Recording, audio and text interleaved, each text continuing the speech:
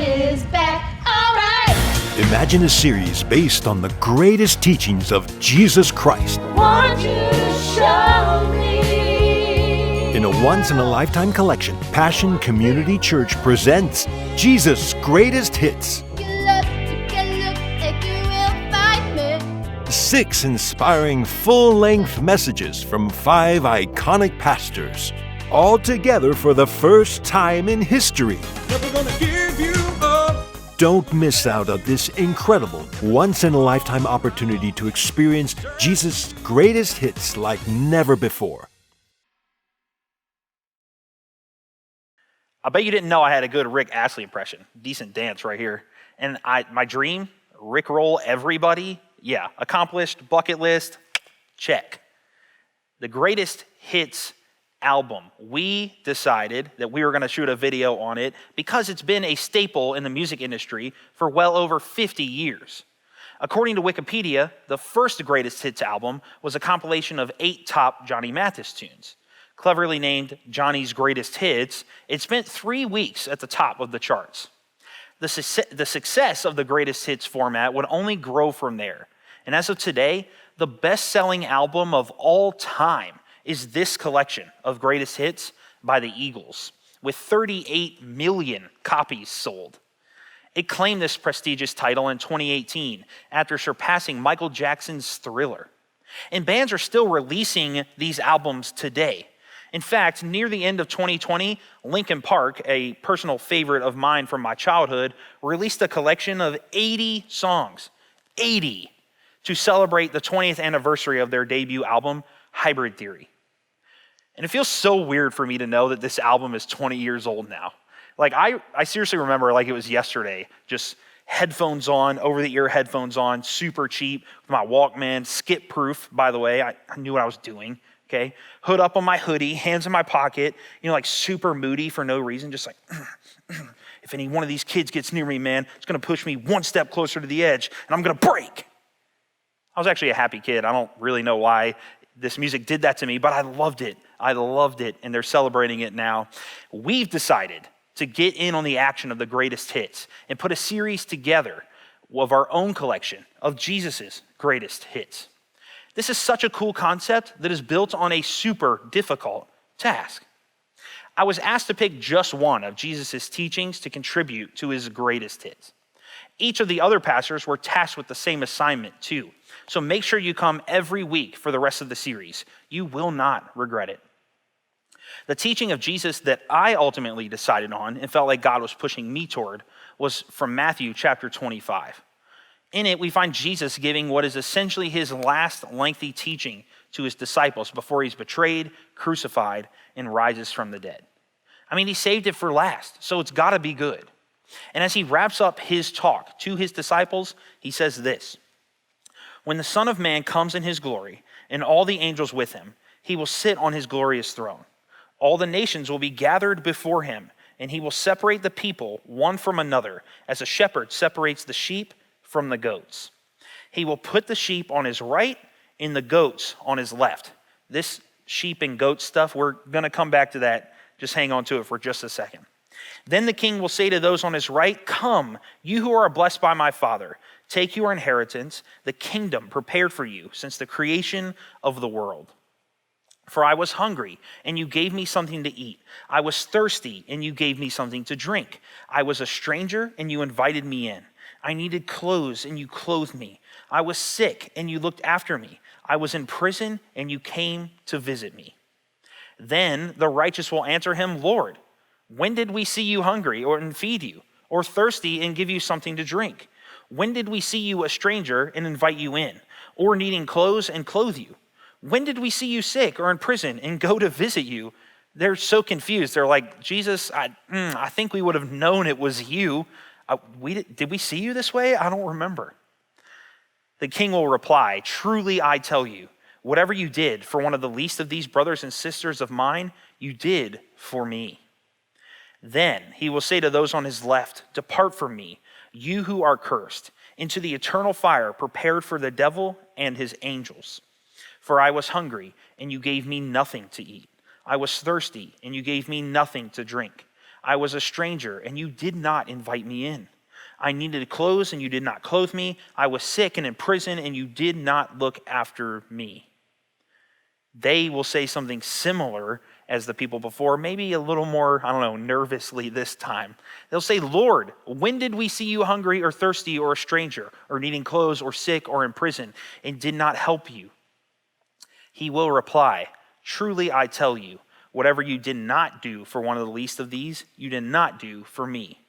Then they will go away to eternal punishment, but the righteous to eternal life.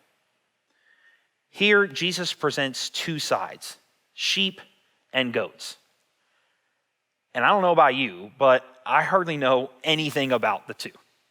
I probably couldn't tell the difference if I was looking at them from a distance. Sheep eat grass, I guess. Goats have horns. Sheep are woolly. Goats are, hairy. Seriously, if it weren't for the horns and the tails, I don't know that I would know the difference. Because of that, I actually did a little bit of research. Aside from the basic differences I already mentioned, sheep tend to be flock animals. They prefer their crew, so to speak, rolling together always, squadding up. Goats, on the other hand, are more of the mavericks, the independents, the ones who, might get in a little more trouble, but what the hey, right? At least they have fun. Truthfully, I couldn't care less about the difference between sheep and goats. However, Jesus used this language because it would have been relatable to his disciples, who were almost all working class people before they decided to follow him and learn from him. Ultimately, the two groups boiled down to one thing: people who helped the least of these and people who didn't. We're going to unpack what the least of these might look like a little later. But Jesus is referring to people who needed care due to sickness or financial hardships, people who needed someone to sit and talk with them through crisis, visit them when they were alone or abandoned, needed some assistance affording basic necessities, things like that. The difference in response to the least of these is the thing in this teaching that sees one group of people go to eternal life and the other eternal punishment. And as things of importance go, this eternal destiny question would seem to be at the top of the list. So we need to understand what Jesus is teaching here. This particular teaching in Matthew 25 always raises some questions for me, though. I think, why didn't everyone help? Like, if there was all this need around, like Jesus described, people who were hungry, thirsty, homeless, a stranger, in prison, all those things, what compelled one group to help and the other to ignore? Was it simply because some people are good and some people aren't? Is that all it boils down to? These questions run through my mind because I believe now more than ever, people are in desperate need all around us. People have lost their jobs and don't know how they're going to make it. If nothing changes about their situation, the little they do have could be taken from them. Folks everywhere are getting sick. And in the best case, they just have to stay home for a couple weeks. But in the worst case, they are already battling health issues, struggling financially, without a home, and more. And if I take even a few moments to just look around for a single need, I find a dozen. There is need all around me, and I truly want to do whatever I can to meet it, however I can. In theory, it shouldn't be that hard for me to do something then, right? If I care about it, it should be comfortable and almost natural for me to go out and do what Jesus celebrates in Matthew 25, helping the least of these. I'm convinced that many of you, you're just like me. You want to help ease the suffering of someone else. But I'm going to be honest with you. I've messed this up so many times in my life. I've passed up plenty of opportunities to step in and lend someone else a hand. I hate admitting it, but it's the truth. And maybe many of you are like me in this way. So what is it? What stops us short when we have the chance to help but don't? What made the goats in Jesus' lesson keep moving and not do anything? As I've wrestled with this, I think I'm beginning to understand why I do this. I believe I've pinpointed why I've stopped short of helping someone when I know it's what Jesus has called me to do. And maybe this will sound familiar to you too. Will work for food. I don't have any work for him, but maybe I could get him some food. I've got some time. I can run through the drive-thru and bring him back a meal and some hot coffee. It's freezing outside. I can't imagine standing out there. Will work for food. I don't have any work for him, and I don't think I have any cash on me. And even if I do, what if he wastes it? I've seen the movies. I know what he's going to buy with that money. Besides, he's like 4 lanes over from where I am. It's basically impossible for me to give him anything, even if I wanted to. So I think I'll just move on. My neighbor has cancer. It's awful. All the treatment and side effects, the pain. I'm gonna call and see what she needs. I could put on a mask and sit far away from her, just keep her company. Or I could pick up her groceries or get her some food. She shouldn't have to worry about what to eat right now. My neighbor's got cancer. It's awful. All the treatments, the side effect, the pain. I would take her food, but I don't even know if she feels like eating. And I'm sure she's got a fridge full of food from other people anyway. She probably doesn't feel like talking, so I don't want to call. There's nothing I can say to make it any better anyway.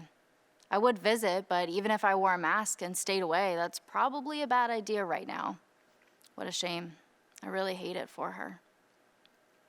A lady just walked up to me at the gas pump and asked me to fill up her car. That's gotta be scary to approach a stranger like that, but if she's gotta walk up to anybody, I'm a pretty unthreatening option. It's just gas. It's not like I'm giving her cash that she could spend on something else. I can at least give her enough to get home. A lady just walked up to me at the gas pump and asked me to fill up her car. That's creepy. Who just approaches a stranger and asks for help? I wonder what she really wants. Everybody has a cell phone. She's got to have a friend or somebody to call who can help her. Yeah, I don't want to get in the middle of it. There's so much need right now. People are overwhelmed. I want to help, and I think I can do something. There's so much need right now. I'm overwhelmed. I want to help, but I don't think I can right now. These thoughts and others always run through my mind when I think about helping someone in need. And they are sometimes what prevents me from doing anything at all. And I'm not alone. We've all had similar experiences, haven't we? Most of us, we want to help people. We want to make a difference. Most of us want to do what we can to ease the suffering of folks around us. And I know for a fact that many of you have helped someone in need around you. I could spend all of my remaining time talking about how this particular church, this specific faith community, has made a real difference by meeting what needs we can in and around our counties, state, and the world. But I'm pretty sure that many of us have talked ourselves out of stepping up in the past, haven't we? We've considered comforting people in our communities, but convinced ourselves that it wasn't worth any potential risks or unknowns. We have internal dialogues just like what we watched a moment ago, rationalizing and legitimizing the perceived need in our heads until we find ourselves abandoning the idea altogether. We ask ourselves all of those same questions and come up with the same excuses. So wouldn't it be incredible if there was a way to get rid of that tension? What if we could know the answer every time we think, should I help or not? How much better would it be if we didn't feel the need to answer so many questions before helping someone in need, regardless of the unknowns or the risks? Jesus gave us the answer in Matthew 25. And I believe if we cling to it, we can literally see the world change due to the eased suffering of so many around us. And we can do it together. In order to find the answer, we have to do something that I call reading between the text. This is when we take a piece of scripture like Matthew 25 and look for the ideas or lessons that it is implying rather than something it explicitly says. You or I would do this in order to decipher both the meaning of the words on the page and the application it has to our lives today. And I didn't make this up. Biblical scholars and novices alike have been doing this from the moment the Bible was formed. In fact, I'd argue that anyone who reads the Bible ever and considers what they read does this to some degree, whether they know it or not. Making this an intentional part of your Bible study habits will grow your faith, no question. So let's do it together with Jesus' teaching here in chapter 25. If we read between the text, we discover that the problem isn't what the text says. It's what it doesn't say. Let's check it out. For I was hungry, and you gave me something to eat. Period. The end. That's all Jesus said about him being hungry. He doesn't say, for I was hungry, and you gave me something to eat after you determined I was legitimately hungry and wasn't trying to scam you for a free meal. I've literally thought this before. Of course, that part isn't there, but the skeptic inside of me and inside of us adds it. He didn't stop there, though. He said, for I was sick and you looked after me. That's it. Period. Care is given. It's over. He doesn't say, I was sick and you looked after me once you had gotten over your concern of not knowing what to say to me to make me feel better. You could tack any number of statements on the end that eventually convince us to not make the call or visit someone when they're sick. How about one more? I was in prison and you came to visit me. Period. Visit over. That's all there is to it. He doesn't say, I was in prison and you came to visit me after you got over your fear of prisons and decided I was worth the visit, despite the crime I committed. You get the point. In Jesus' scenario, the people on his right met the needs of the least of these unconditionally. They knew there was a need and they met it, period. They didn't spend their time evaluating the need, having to dig into a person's life to make sure they were actually in need. They didn't have to rationalize the potential risk involved with helping out the least of these. They didn't feel the need to expel their fear of the unknown repercussions of their aid. It reads as though they simply did it, no strings attached.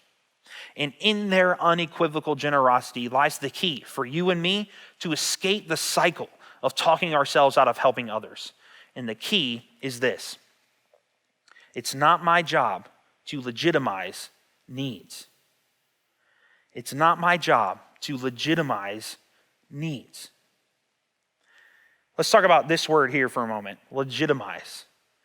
I don't know many people who use this word in their day-to-day conversations, so let me define it for you. When I say it's not my job to legitimize needs, I'm referring to a couple of things. The first of which is our compulsion to make sure a person or a situation checks out before we do anything. We want to make sure our money isn't wasted. The person is actually hungry and not a con artist trying to secure a free meal, or that it's even safe to approach them in the first place. Answering these questions is not our job.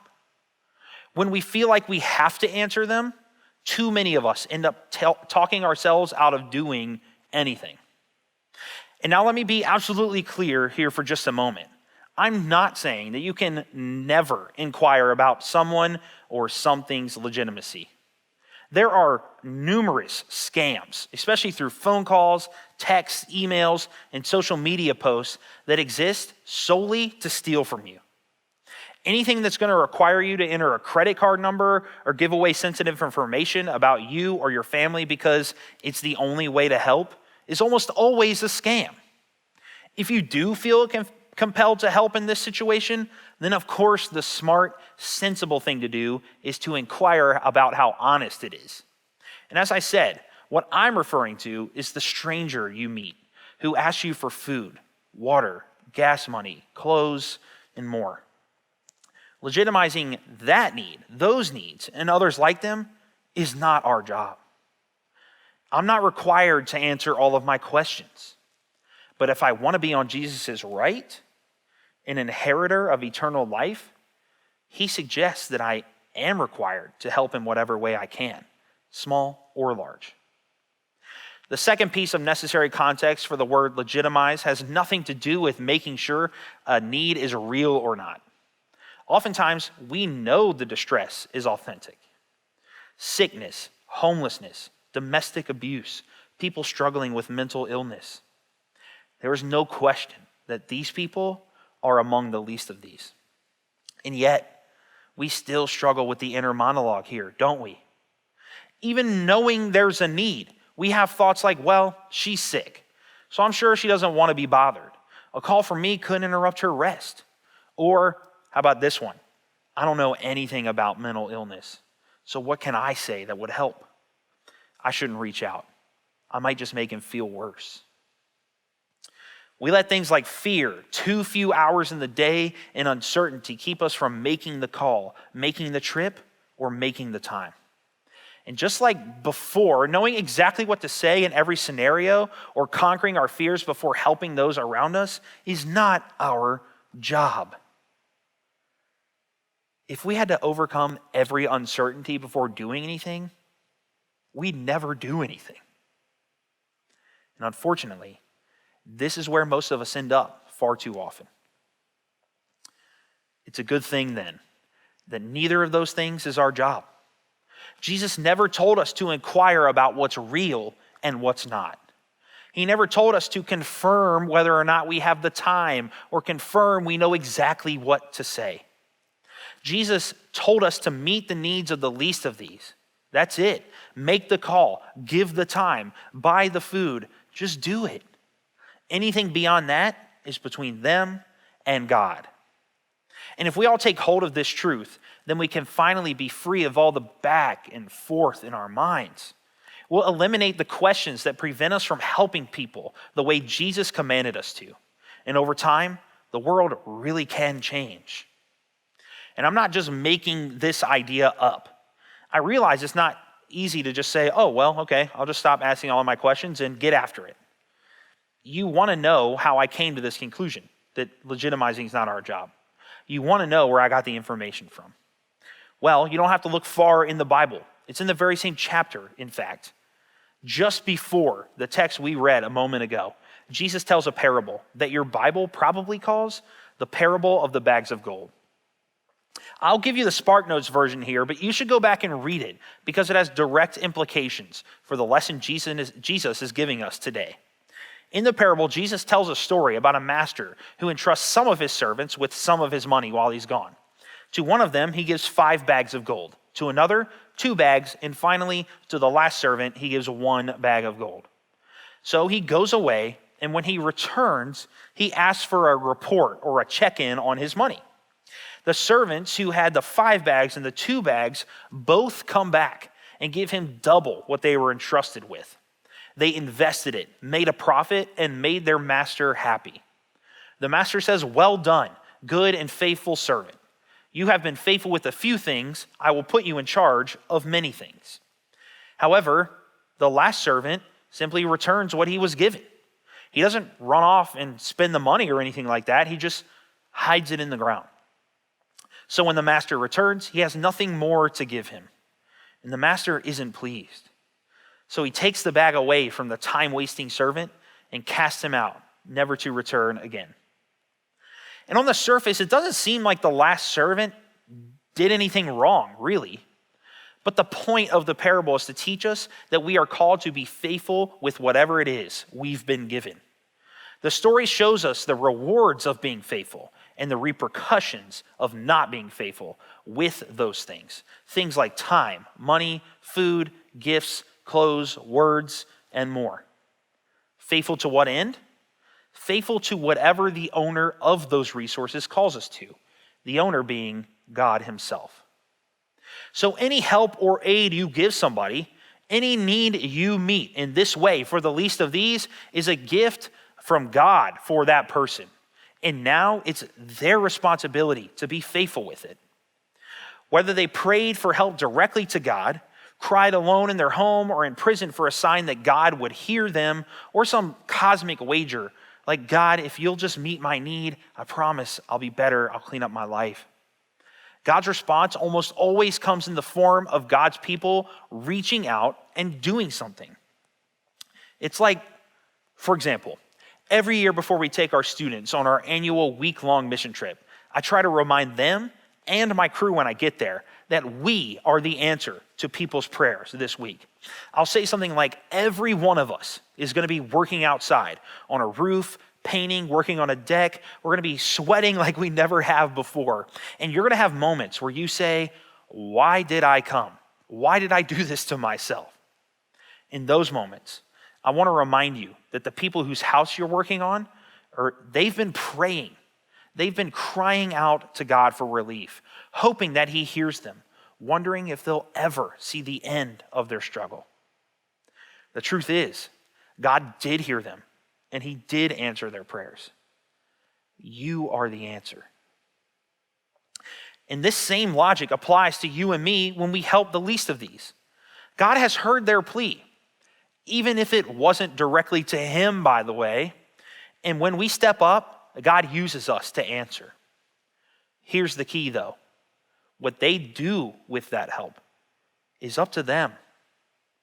When we step out with all of our unanswered questions and simply address the distress, God takes over from there. It's out of our hands.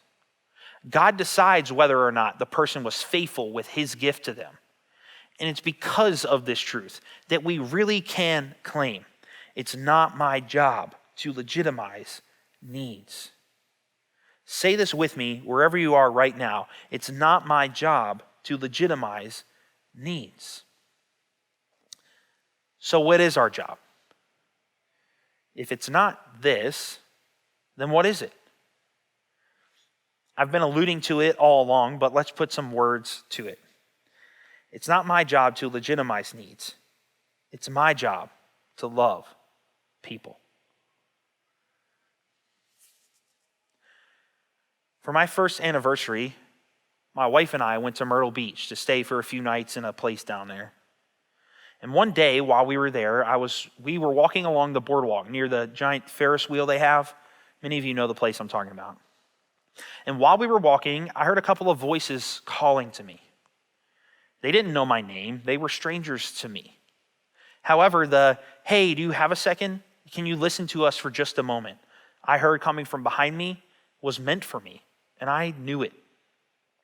So I turned around, and the men who were trying to get my attention began to tell Megan and I that they were hungry. We haven't eaten in days, and we don't have jobs to make money to help ourselves. Could we just get some money so we can afford a hot meal? We'd appreciate it so much. Sticking with the usual, I don't have any on me, sorry. We moved on. However, I couldn't shake the overwhelming feeling that I had done something wrong. I knew that even though I was being honest about not having money on me, I really didn't. I could go get exactly what they were asking for, food to eat. So Megan and I walked to a nearby seafood joint and ordered a couple of pounds of shrimp. It may not have been a 3-course meal, but it was food and it was hot. So $15 down, but with a renewed sense of confidence, I made my way back to the spot where I met the guys. Except the guys I saw there now were different from the ones before. The new guys were cops. I asked them, hey, do you see a couple of guys sitting here a moment ago? I got them something. Their response was immediate, almost as if they knew what I was going to say. Those guys are here every week. They're always asking people for money or food, ready to take advantage of good people like you. And there it is.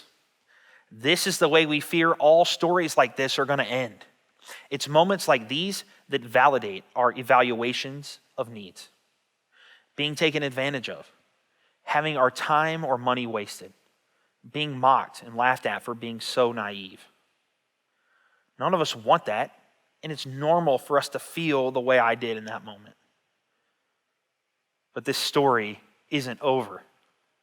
You see, I was dejected, confirming in my mind all of the reasons I usually just pass people by, solidifying my skepticism of someone else who claims to be in need but isn't. However, as we continued walking down the boardwalk, $15 of shrimp in my hand, ready to throw it in the garbage and write it off as another loss, we passed someone else. This person we passed wasn't asking for food. He wasn't asking for anything, actually. He was just sitting on the boardwalk with what looked to be every belonging he had. So I approached him, and after sitting with him for almost an hour, I found out his name was Dominic. I listened intently to his story about how he was injured in a work accident. His story about how he was fired from his job, having no way to get another job because he couldn't get proper medical treatment for his injury. His story about living on the street with nowhere to go, not having eaten in days. And keep in mind, he didn't offer this story to me. I started this conversation because I saw him and I just felt like talking to him. He didn't present any of this info unwillingly. I asked all of the questions. And after listening to him, I knew the food I had in my hand was always meant for Dominic. I finally realized that my willingness to step out and get over my propensity to legitimize needs was all God needed from me to do something powerful in the life of someone else. And I hesitate to even tell you that story because I don't want to prop myself up as some perfect person who never struggles with this. I am not special. I'm not more qualified than you to do this. Ultimately, in that moment, I did what I felt like God was calling me to do, and I really was able to help a stranger in need that day. But this doesn't just have to be my story. It can be your story, too. I know you want to do the right thing. You want to help in some way. You want to do what you can to pick up the phone and check in on that person who's sick. You want to give money, clothes, or food or water to people who need it. You want to visit that person in prison. This desire to help, to want to help, is literally woven into the fabric of your being because you were handmade by the Creator who cares for the least of these. The Creator who cares enough to have Jesus emphasize it as one of the most important things he had to teach his closest followers. This Creator left his image inside of you. It doesn't matter if you believe in him or not. His image is there, and it pulls you toward helping the least of these. I know you feel it. We all do. So it's time to put a stop to the inner monologue. It's time to decide that you don't have to evaluate every aspect of a person. You don't have to always predetermine how much time you're going to use calling or visiting someone in need. It's time to take hold of the truth that it's not your job to legitimize needs. It's time to embrace the freedom of letting God be God and being more focused on obedience than legitimization. And I know what you're thinking right now. I really do, because I've thought it too. Elijah, I understand what you're saying, but if I live my life this way, the way you're talking about, I'll give away everything I have and I'll be broke. I won't be able to provide for my own family, much less meet other people's needs. And I've wrestled with this before as well. And because of that, I've recorded a follow-up video that addresses this very concern in detail. I've included scriptural context on how we can live into our calling to love and help the least of these and take care of those with whom God trusted us, like our own families. But let me give you one practical way right now for just a moment that you can do this in your life starting today. It's called a generosity budget. It's a self-explanatory concept that can have extraordinary results for the least of these around us. All it is money, time, headspace, any of the things that we've been talking about today that you set aside with the express intent to be used to fulfill your calling to help the least of these. Meaning you budget all of those things beforehand on some regular schedule, and then you give it away freely to those who need it without legitimizing first. This way, you won't stop short of helping people when you have the chance, but you'll be confident that you're not going to put your own family's needs in jeopardy in the process. I know it sounds a bit legalistic, but as I mentioned, I explained this concept in detail in my follow-up video with biblical text to back it up. So please check it out later today. The truth is, the only thing that I want is to look more like love. That's it. I truly believe that my life is meaningless if it isn't lived to help the least of these. the hungry, the thirsty, the stranger, the unclothed, the sick, the prisoner. I've committed my own life to Jesus' teaching, and I've resolved that I'm done legitimizing.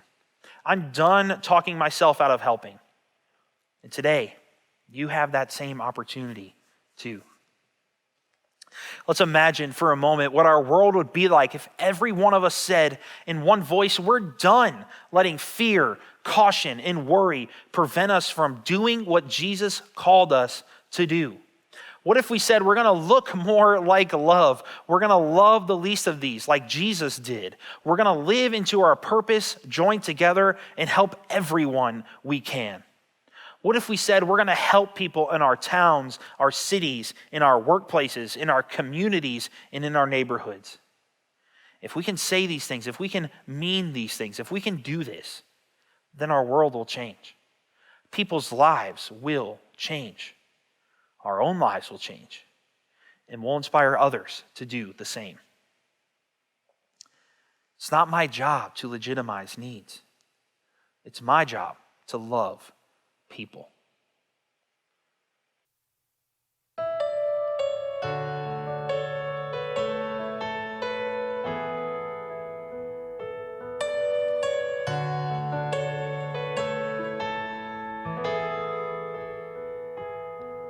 I used to think I wanted to be famous. I'd be recognized out in a crowd. But the funny thing is every time I've gotten what I want, it lets me down.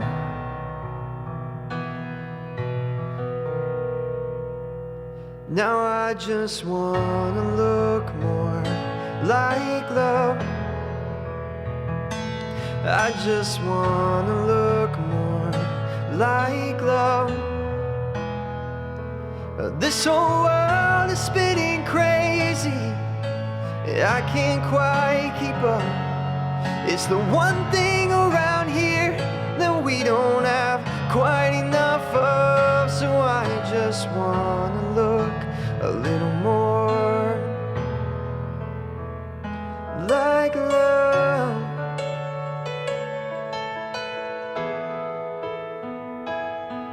I used to think I needed all the answers. I used to need to know that I was right. I used to be afraid of things I couldn't cover up in black and white.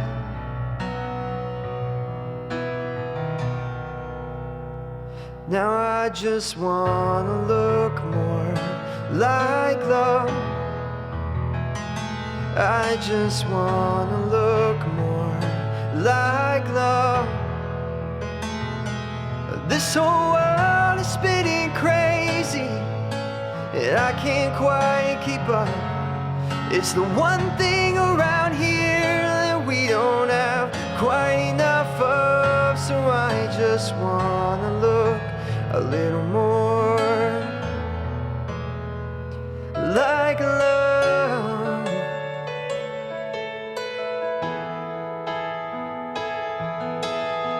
I find the farther that I climb, there's always another line of mountaintops. It's never gonna stop. And the more of anything I do, the thing that always ends up true is getting what I want will never be enough. So I just wanna look more like love. I just wanna look more like love. This whole world is spinning crazy, and I can't quite keep up. It's the one thing around here that we don't have quite enough of. So I just wanna look a little more like love.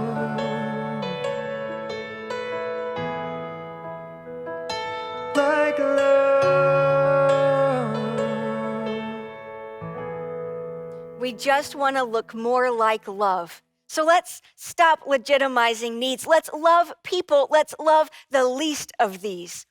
Check out Elijah's follow-up video for more information about how you can do that this week. Have a very happy Valentine's Day, and we'll see you back here next Sunday as we look at another one of Jesus' greatest hits.